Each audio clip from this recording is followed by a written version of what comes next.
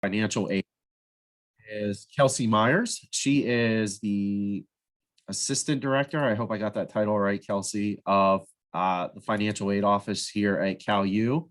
And she is going to share some information about the FAFSA, financial aid, scholarships, and grants, and answer any questions that you may have as you prepare to complete that information over the next couple of months. So I'm going to turn it over to Kelsey. Thanks, Erin. So nice to see you. Hi, everyone. So as Erin said, my name is Kelsey Meyers. I work in financial aid. Briefly, I'll just tell you a bit about myself as I do relate to you. So I met Erin a couple years ago when I worked in Upward Bound temporarily before I moved over to financial aid. So I'm very familiar with your program. You guys are so awesome, and Erin and the rest of the Upward Bound staff are incredible. So make sure you take advantage of that. As far as college goes, I myself was a first generation student. So my parents did not attend college. So for me and my brother, it was a very new experience, but we made it through. And now here I am today working at a college and helping students like you guys, which is so awesome.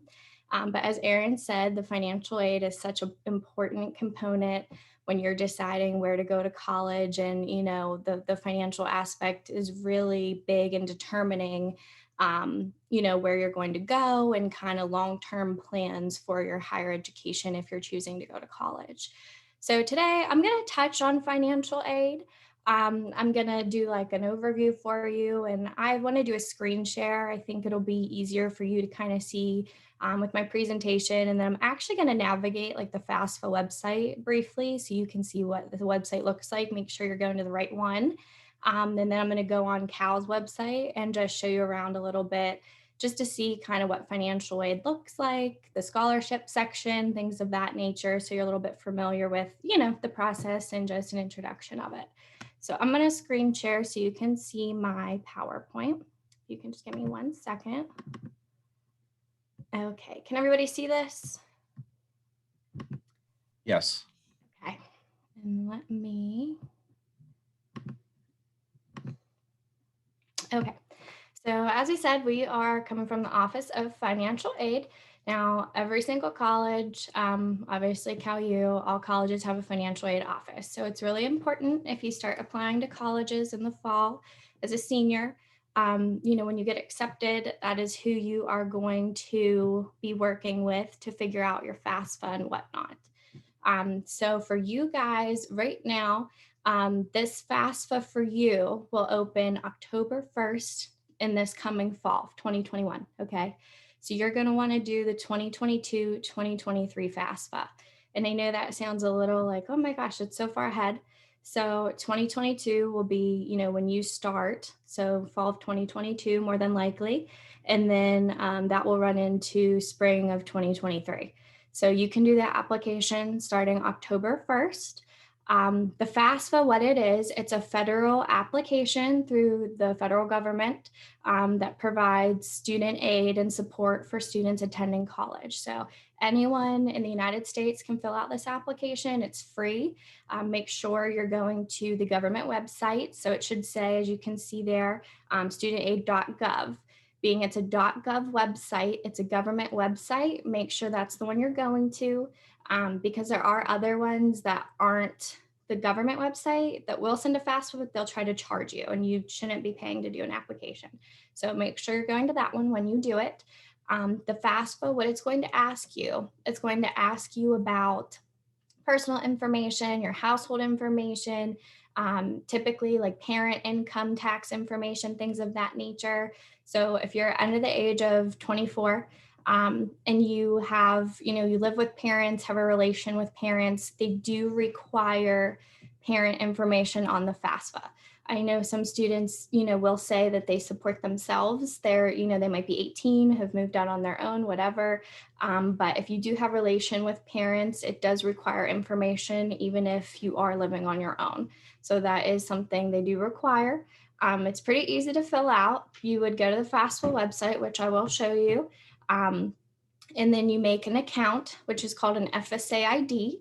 And it's just like a username and password login like you'd make for an email or any other account. and you will use that to sign in to do the FAFSA.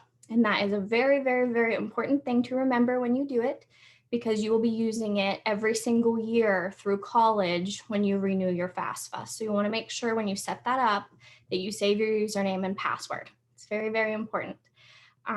So like I said, again, remember the date that it opens is October 1st of this year. So 2021, October 1st is when you can officially submit your FAFSA. When you submit your FAFSA, if you're considering Cal, you're considering other schools, you can list several schools on the FAFSA. Okay, so it doesn't just go to one, it can go to multiple. And then that way you can compare different financial aid offers and costs. When you do add the schools, it will ask you for a school code. So as you can see here on the PowerPoint, I have our school code for Cal U if you're considering coming here, which obviously we hope that you do. Our school code is the 003316. If you'd like to save that, you're more than welcome to. If you forget it, you can reach out to our office anytime. On the FAFSA, it also lets you search by school. So if you don't have the school code, you could just search Cal U or search for another school, and then you can just add it on that way as well. And then, as I mentioned, you create that account with the FSA ID. So each school processes aid a little bit different. We at Cal U, we're a state school. Okay, so we are funded by the state of Pennsylvania. Now, if you are looking at maybe a private school, which would be Washington and Jefferson, Washington, PA, or St. Vincent College in Latrobe, those are private schools. So when you start looking at this stuff, you're going to notice quite a difference in the aid as well as the tuition costs. Okay, so if you're looking at a private school like St. Vincent, they may say, hey, we're giving you a merit scholarship for $25,000, which is like, oh my gosh, that's so much money. And it is. But their annual tuition cost is $40,000 to $45,000 a year. So when you do the math after that, you're still around $20,000 a year. Whereas Cal U, for example, we're a state school, so we're cheaper. Right now, our estimated cost is around $21,000 a year. And then if you get aid or anything through FAFSA, obviously that will go down. So between FAFSA scholarships, things of that nature, it will decrease your cost. But everybody's situation is different. So when your friends are going through this process with you, try not to compare, because we always say that's like comparing apples to oranges. Everybody's situation is different. Everybody's background is different. So just try to really do your best for you and focus on, what you have in front of you. And we really, really recommend going after those scholarships. So FAFSA, absolutely. That's where you're going to get, a big portion of your aid.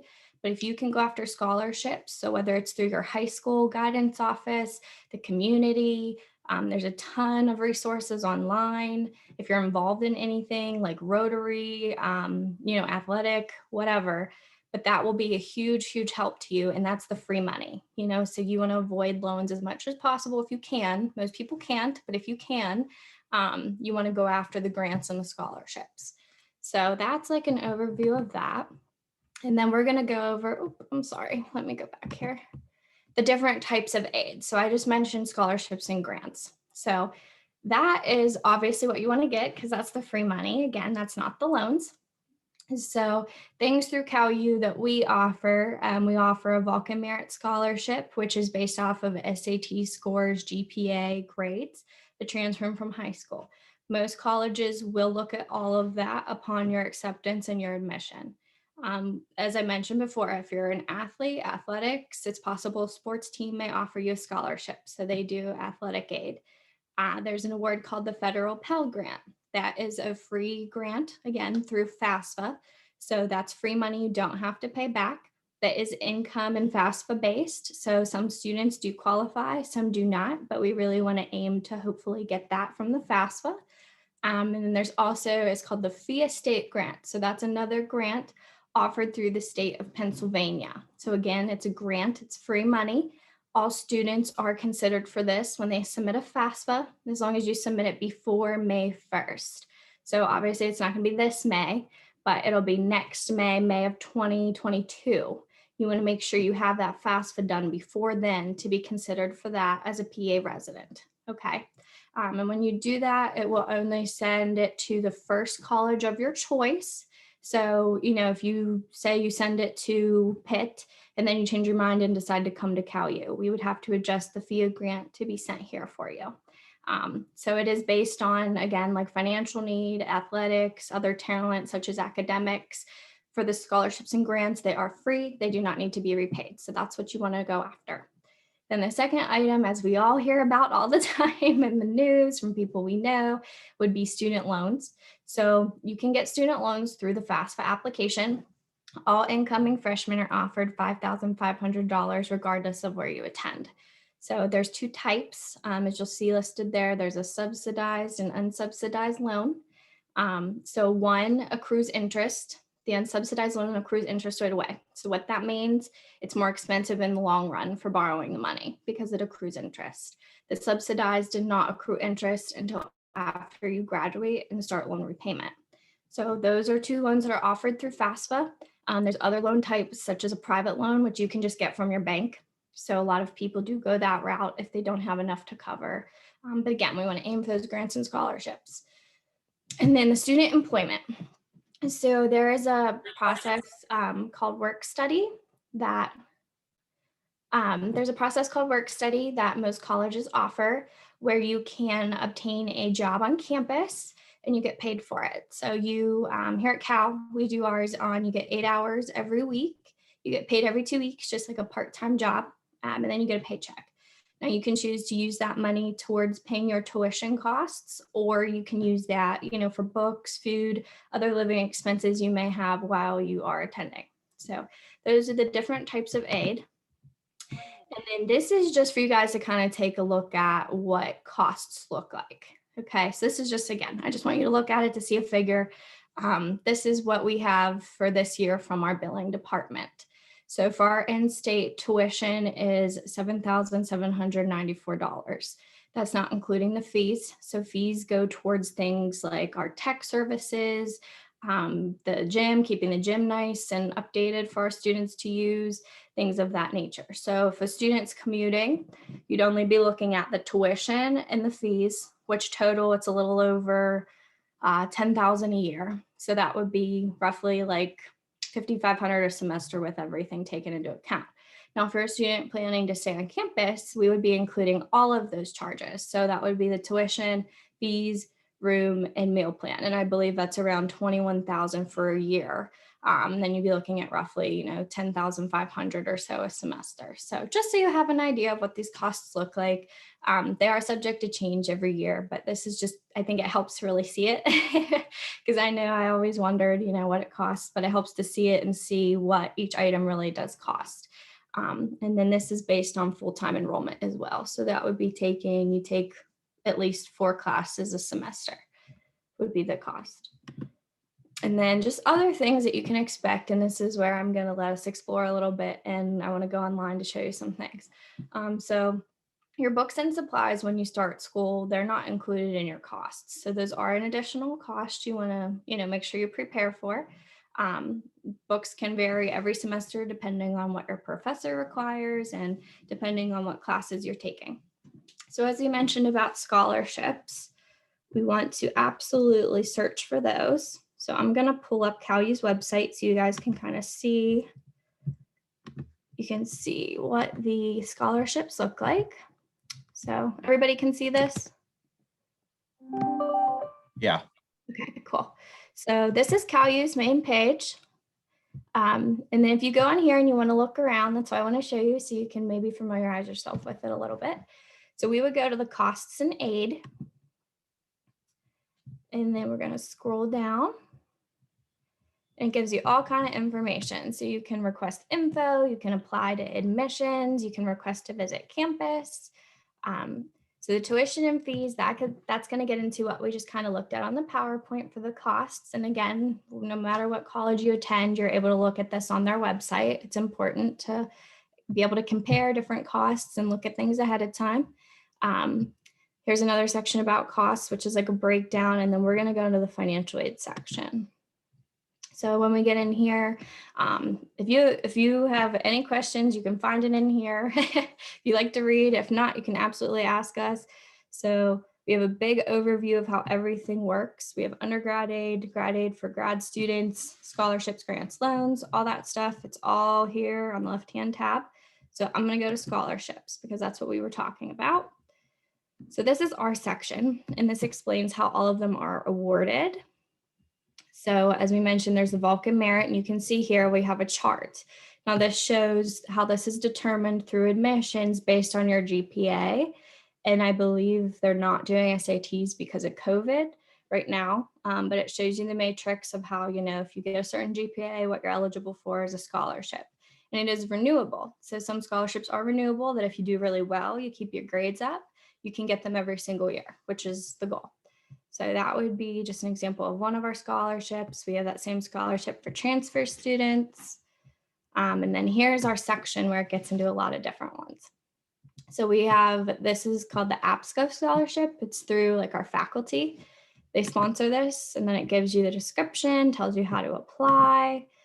Let me see, here's another one. So here's our section for scholarships with application. We do these every single March. They're due. So I highly recommend if you're considering to come to Cal to take a look at these. These are due March of next spring. So you can do these in your senior year. If they apply to you, we have all the applications listed here that you can download, and then you can submit them to our office. They all have different criteria. This one has a minimum of a 3.0 GPA.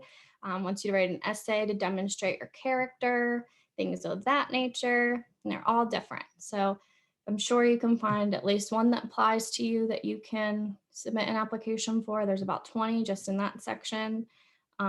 This is explaining one of the grants we offer. So it's called the Cal U Need Grant. This is a Cal U award. We offer it for students who show financial need after all awards are applied. So we would give that automatically. And then this is also another really helpful section. So this is scholarship search services. Now these are for scholarships outside of Cal U that you've done everything you can for FAFSA and with us, but you still need a little bit more aid. These are 5 reputable scholarship search engines. There's a lot of scholarship search engines on Google. If you ever find them, and it's hard to know which ones are and aren't legitimate. So we have verified these to be good resources for you. So you can absolutely, go on those and try to find some extra aid. And then this gets into our global online programs. So that's just kind of a brief overview of the scholarships. And then let's see what else. We talked about work study. I can't stress enough. I know when I was going through this, just from my personal experience, I graduated from Cal about 4 years ago. I know I don't look at people think I'm a student all the time. They always think I'm a work study student or a freshman, but I'm actually 26. So just use your resources. That's the best thing I can tell you. Ask questions, ask your counselors, ask me, ask anyone. That's why we're here. This is part of our job, and most of us love to do it. So, it's a big process, and we want you to make a good decision, whatever you decide to do. And like I showed you the website, go on there and explore, or other schools you're looking at, explore the website. You can find out so much just reading and learning. And if you have questions, again, ask. So I know that's like a lot to throw at you guys, but I want to leave it open for questions. And if Aaron, if you have any comments or anything else you'd like me to touch on, please let me know. Yeah, if anybody has, feel free to unmute yourself and ask, or post them in the chat for that. But actually, there were a couple of questions that I came up with that I know I get asked occasionally from students. The first one is going back to FSA IDs. We know that's something that's required for students. What about our parents or guardians as they help us fill out the FAFSA? Is that something they need to complete as well? Yes. So if you have 2 parents in the household, you only have to have one parent create an account. But as I mentioned with that dependency thing that they have to provide information on the FAFSA, they do also have to create a parent account so they can sign your FAFSA. So yes, that is required. Okay. And then 2.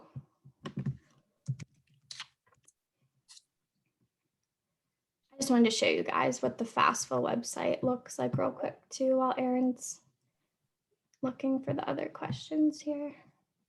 but this is what it should look like. So it should say federal student aid. And then again, as you can see at the top, it says the .gov. So just make sure the website you're using to do FAFSA says .gov. How soon can we create an FSA ID? And is that accessible on this website? Yeah. So this is like the student aid website where you can kind of educate yourself about loans. If you choose to accept your loans, you can do the agreements to do so. So this is connected to FAFSA's direct website. So we're going to go to here and it says complete the FAFSA form. When you go to under apply for aid, complete the FAFSA form. And then when we click on that, it brings us here. So it says complete the FAFSA form. Being that most of you should be new to the process, I don't assume any of you have created an account yet. You'll go to the top one where it says start the FAFSA process, and it will tell you the form is free. And then when you return after you are, an enrolled student, you'll do the renewal at the bottom one where it tells you to log in. So we're going to go here to starting the process just so you can kind of see what it looks like. So when you go here, whether you're doing it for yourself or your parent is helping you or doing it for you, it gives you that option. So you can select you are the student, or your parent can select they are the parent, and you can move forward with that. When you create your FSA ID, it'll ask basic information, name, address, birth date, social, all of the important, basic items. The social is really, really important. So I will tell you guys that's something we see all the time. If the social is incorrect on your admissions application, or it's incorrect on accident on the FAFSA, it can cause issues with the FAFSA process. So just make sure that that is correct when you provide that. That's how they track and process FAFSAs and make sure it's connected to the right student. What kind of information should we gather ahead of time for when we go to complete the FAFSA? That's a good question. And I don't want to dive in too much and overwhelm them. So I'm happy to talk about this. So when you do the FAFSA, they do ask, as Erin said, for tax information. Now they will do, it's called prior year, which means they actually use tax information from 2 years ago. So the FAFSA that I'm working on for the upcoming fall right now is actually using tax information from 2019, even though that FAFSA is called our 2020-21 FAFSA. The reason they do that is some families have not filed for 2020. So 2019 is the most solidified tax information on file. Now, when we say tax information, it'll be looking at a 1040 tax return. So that's something your parents or you file every year with like TurboTax or your accountant, someone of that nature. And it will have your adjusted gross income and wages earned. So the wages earned would be, if you have a job, it would be what is on your W-2 you get from your employer every year. So it's going to ask for that. So you need your 1040 tax return and then a copy of your W-2. Great, thank you. And just with the merit scholarships, they're based off of GPA. Is that the GPA when I submit my application to CalU, or is that based off of the GPA from the end of my junior year? It would be when you submit your application to CalU, and it actually can change. So for example, say you apply and get accepted in September of next year, and then you have a really good semester in the fall and a really good semester in the spring when you're graduating. If your GPA bumps up, you can resubmit your transcripts and grades to admissions, and they'll reconsider you for academic scholarship or even an increase in your academic scholarship. The other thing, thank you for bringing that up, I just want to touch on with CalU specifically. So we have academic scholarship that goes through admissions, some of which are pretty big. I'll pull those back up. A few of them are actually a full ride for tuition. So I know there's 5 students selected every year for the one that are in Fayette County. So if you apply early, like in the fall to Cal, and then you get your FAFSA submitted, you're going to be considered for one of those bigger scholarships. The first comes, first serve. So they recommend that our students try to get their FAFSAs in no later than March 1st for the bigger scholarships. And let me pull that back up on the CalU website so I can go over those with you. And I apologize, I'm not extremely informed about these particular ones because they are processed and awarded through admissions, but I at least want to give you guys the knowledge to know that they exist. And that way you can try to prepare to get some of the bigger opportunities. Let me see. So these are the CalU institutional. So the Board of Governors, this one, as you can see in the criteria, it's off GPA, SAT, and this is a full tuition. So with this one, if you do get this award at CalU, you don't get other awards. This would be the only one you get because it does cover your full tuition costs. I believe I don't think it covers fees, but the fees aren't very much in comparison to your whole, your whole tuition. And then there's the Board of Governors Talent Scholarship, which is another one that's really big. So again, it's a full tuition award. I believe this one has a little bit higher of criteria. So that first one was a 3.0. This one's at least a 3.25 with 1100 SAT. And then there's this one, it's a scholarship excellence. And this one, let me see, again, you have to have 1,000 or higher SAT. It's renewed for 8 semesters. And I believe admissions looks at all of your activities and whatnot when you transfer, or I'm sorry, when you get accepted in for this one. Then we talked about the Vulcan Merit. Okay, here's the really big one that I mentioned. This is the Eberly Family Scholarship. So this is the one for 5 students from Fayette County are selected to receive it as a full tuition. So you have to reside in Fayette County and you have to have at least a 3.0 GPA with a minimum of the 1080 on your SATs. And as you can see, this date is absolutely wrong down here where it says March 1st. For 2016, that would be March 1st for you guys. March 1st of 2022 is when you would have to have all your, admissions stuff submitted and then your FAFSA, and then you'd be considered for that if you're a resident of Fayette County. So that's a really big one that you'd want to aim for. Do you know if that test score is on a single test or if admissions and financial aid would super score SAT scores for that scholarship? Yeah, I apologize. I don't know very much about how they do the SATs. That's out of my realm. Admissions Okay. handles all that stuff. No, that's fine. I put you on the spot with that because I wasn't sure if that was something that you guys worked together with or if that was solely an admissions thing.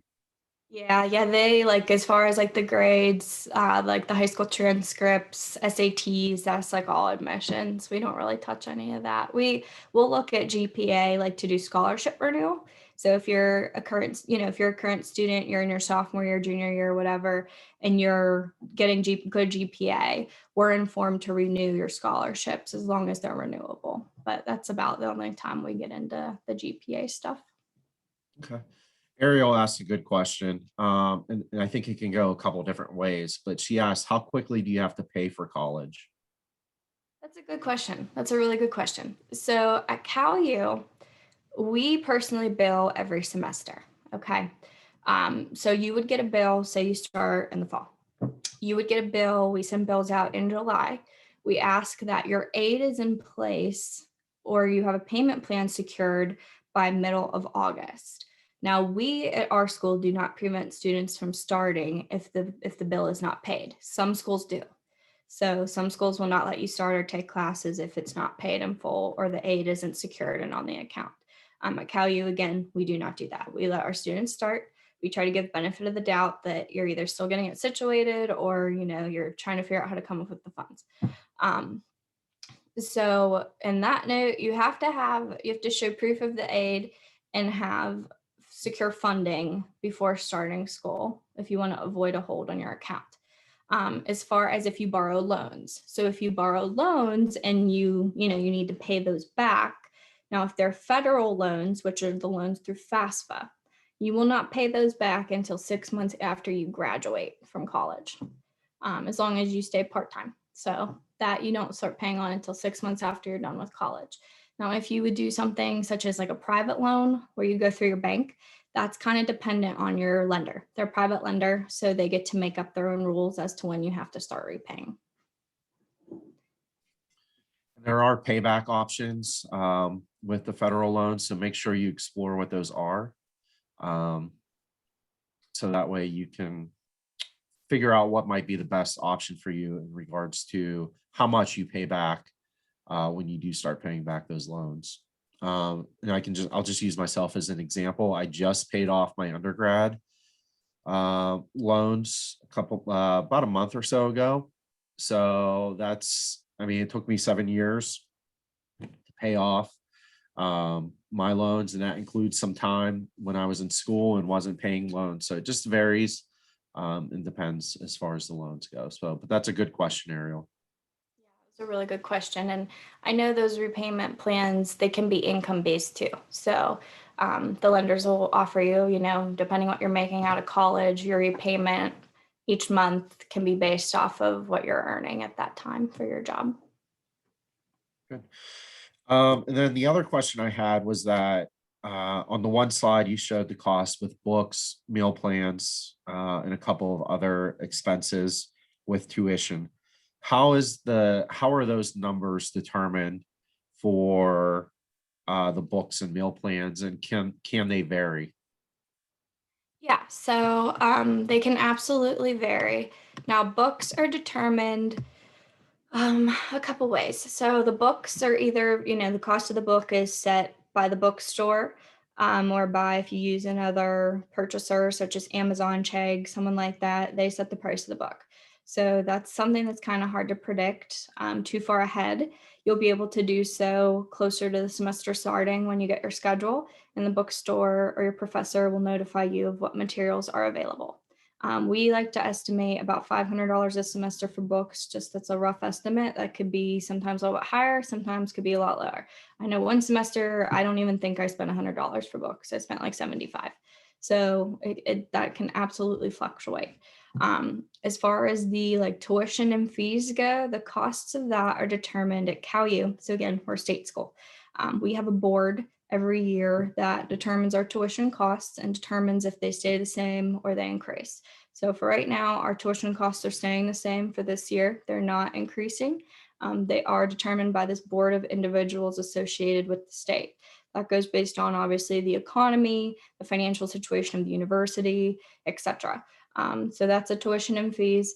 And then the room and board, that can fluctuate. That's obviously determined by those individuals as well for the meal plan, room and board. Those can fluctuate your room costs and your meal plan costs depending on what package you would sign up for. So obviously, if you're requesting a private single suite, that's going to be more expensive than you doing the traditional 2-person to a room type of style. Same thing with meal plan. If you were getting 3 to 4 meals a day on your meal plan versus 1 or 2, it's going to be more expensive. So those options can be adjusted and changed through the housing department that you work with. Like what we have on here is like the median cost. So that's like the average meal plan, the average room, it's average everything. Okay, thank you. Yeah. Miranda asked, and this may not be something that maybe something you can answer, maybe not, but when should we start applying to colleges? Most common, I have heard of people doing it. I would say some people try to as early as summer of your senior year, or at least start doing visits summer of your senior year. I know just from what I recall, a lot of my friends who were very determined to get into certain schools, they were, going after it early fall of senior year. So September, October, they were applying and waiting upon admission. Like at Cal, we, for example, do rolling admissions. So we accept students at any time. We never close off our admission period. We have students who quite literally apply the week before classes start and they come. But yeah, if there's a school that you're really, adamant about trying to get into, that's like a first come, first serve basis, that's not like Cal, then I would recommend starting in the fall in September or October. to get those applications out. And like I said, you can you can do visits anytime in the summer to most colleges that I'm aware of. Yeah, and just a cheap plug for Summer Academy again. As a rising senior, you will, part of the college and career week experience that you'll be doing is you will apply to Cal U, and we will send those applications on. It is required as a part of Upward Bound to apply to Cal U as our host institution, as well as a total of 4 colleges and universities. So you'll get at least one application done this summer. But yeah, as Kelsey was saying, if you have a school that is a dream school that is competitive as far as admissions, make sure that you are checking out their website and applying as soon as possible, possibly summer or again, September, October. Good questions, everybody. Any other ones? Wonderful questions.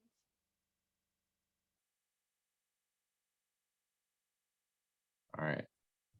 You answered the 3 that I had taken some notes down that I get asked a lot by seniors at my schools. Is there any final parting words or suggestions as far that you may have as far as scholarships or applying for scholarships or grants that may help our students get awarded those? Yeah, absolutely. I think the first thing would be just don't get discouraged, because just because you may not get one doesn't mean you may not get another. And I know from my personal experience, that's how I funded most of my way through college. I commuted, I didn't stay on campus just to try to save money and avoid loan costs.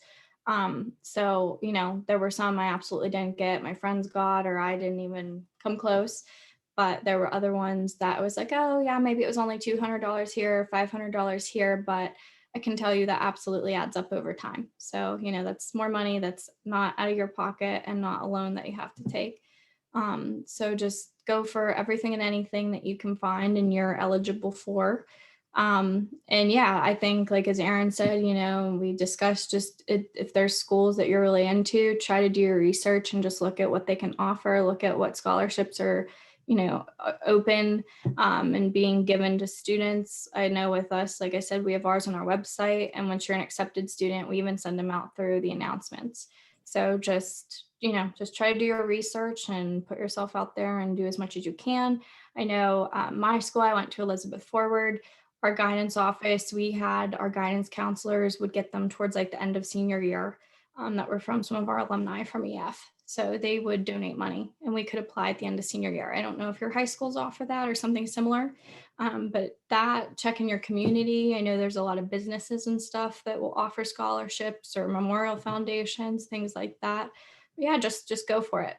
Don't get discouraged. Just go after it. And, when you work hard, it pays off for sure. All right, great. Thank you, Kelsey. Everybody, let's give her a round of applause. A lot of great information. And again, as I said, I think it's very important information. So thank you for coming and sharing and offering some suggestions. Yeah, absolutely. It's such an honor to speak to you guys and work with you, Aaron. Students, if any of you have any questions, please feel free to reach out to me. I work in financial aid Monday through Friday, 8 to 4. I'm happy to give you my email if you want it. And our email for financial aid, it's really easy. It's finaid@calu.edu if you ever have questions. And then my email is my last name. So as you can see there, it's Meyers. It's MEYERS. It's an underscore and the letter K. And it's at calu.edu. If you forget any of these, you can go on the Cal website and search for them as well. All right, guys. So Thank you, thank you all Kelsey. so much. I hope everyone has a great weekend and good luck with everything. Thank you. Have a great weekend, Kelsey. Thank you again. You're very welcome.